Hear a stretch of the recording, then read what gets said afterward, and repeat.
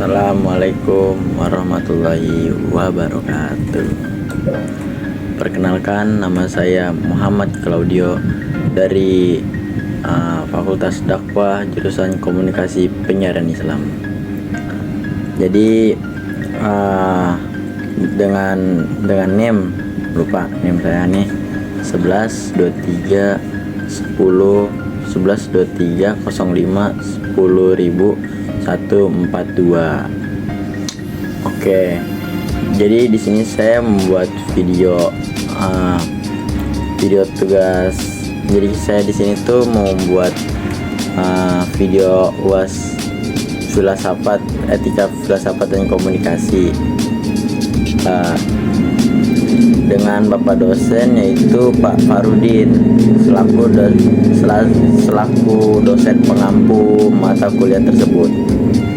Nah, di sini saya mau menganalisa tentang film Vanishing the Giant dengan sudut etika filsafat komunikasi. Vanishing the Giant adalah film drama olahraga yang diproduksi oleh Sherwood Pictures pada tahun 2006. Film ini tuh mengisahkan tentang seorang pelatih sepak bola sekolah menengah yang menghadapi berbagai tantangan lah ya. Yang seperti kita tahu film tersebut, terus berbagai tantangan dalam kehidupan pribadinya dan profesionalnya. Tapi yang saya bahas di sini, teman-teman, saya akan membahas scan yang terakhir, scan inti film itu tuh ya.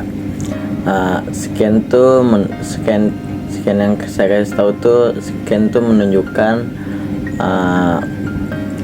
seorang pemuda tuh lagi duduk sama teman-temannya, terus tiba-tiba yang badannya kayak gede begitu dinyiram ke kepala temennya. Nah, menurut analisa saya dalam sudut pandang etika, itu tuh sangat nggak patut dilakukan oleh anak-anak muda seperti kita di zaman sekarang. Terus di contoh itu tuh kita bisa lihat nggak semua orang tuh bisa menerima perilaku teman tersebut. Siapa tahu dengan kita menyiram teman dan nggak tahu tiba-tiba dia marah, kan kita kagak tahu ya. Nah, itu tuh sangat tidak patut dicontoh, teman-teman. Apalagi dia kan nyiramnya juga sembari tertawa kan. Nah, terus yang selanjutnya si Brock nih pemeran utama gitu. Terus disuruh sama pelatihnya. Nah, pelatihnya, Brock sini, sama satu lagi tuh temennya. Brock tuh kayak ketuanya gitu, ketua tim. Terus dipanggil, disuruh lah tuh tutup matanya. Nah, dia jalan merangkak nih, cuman lututnya kagak boleh sampai kena tanah gitu. Terus di atasnya menggendong temennya.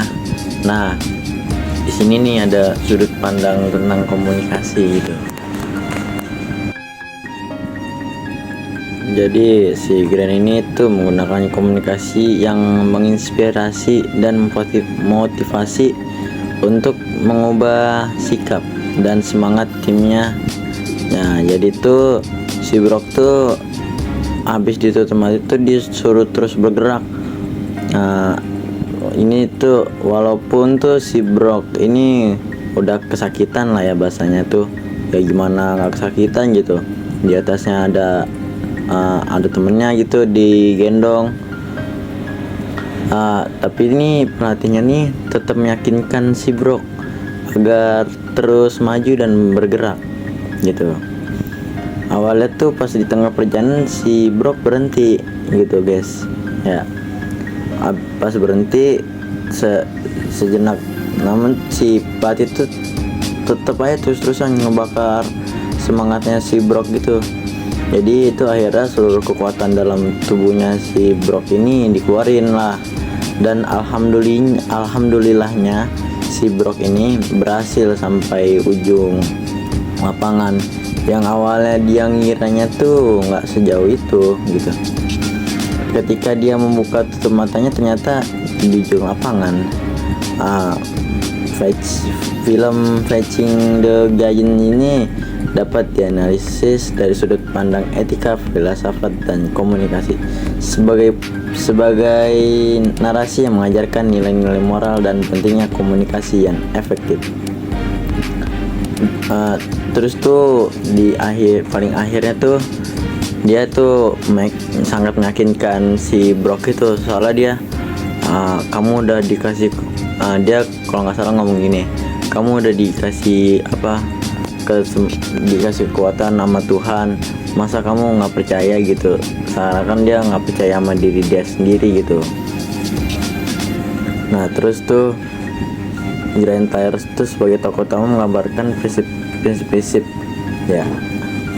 Terus film ini tuh mengajarkan bahwa dengan berpegang teguh pada nilai-nilai etis dan menggunakan komunikasi yang tepat, seorang dapat menghadapi dan mengatasi berbagai rintangan dalam kehidupannya. Terus film ini tuh mengajarkan kita tuh bahwa keberhasilan sejati dicapai melalui cara-cara yang etis gitu dan komunikatif, dan bahwa nilai-nilai moral serta komunikasi yang efektif adalah kunci untuk menghadapi dan mengatasi tantangan hidup. Jadi tuh di sini yang saya tangkap ya, intinya tuh jangan nyerah dulu gitu sebelum kita mencoba. Itu kita nggak kenapa pelatihnya suruh nutup mata, karena awalnya tuh si Brock emang nggak percaya itu bisa, dia ngomong nggak bisa ngalahin. Nah disuruh dah tuh tutup matanya gitu, udah yakin aja, terus yakin. Nah akhirnya apa, bisa kan dia melakukan itu semua. Ini juga tuh dibantu oleh tekad dan ijtihad keimanan kita. Kalau iman kita kokoh tuh kita bakal ngelakuinnya dengan penuh semangat gitu. Kalau iman kita nggak kokoh ya begitu, kita nggak bakal semangat gitu. Jadi cukup sekian review singkat dari saya. Kurang lebihnya mohon maaf, karena salah tuh dari saya sendiri, yang benar hanya Allah Subhanahu wa Ta'ala. Kurang lebihnya mohon maaf. Wassalamualaikum warahmatullahi wabarakatuh.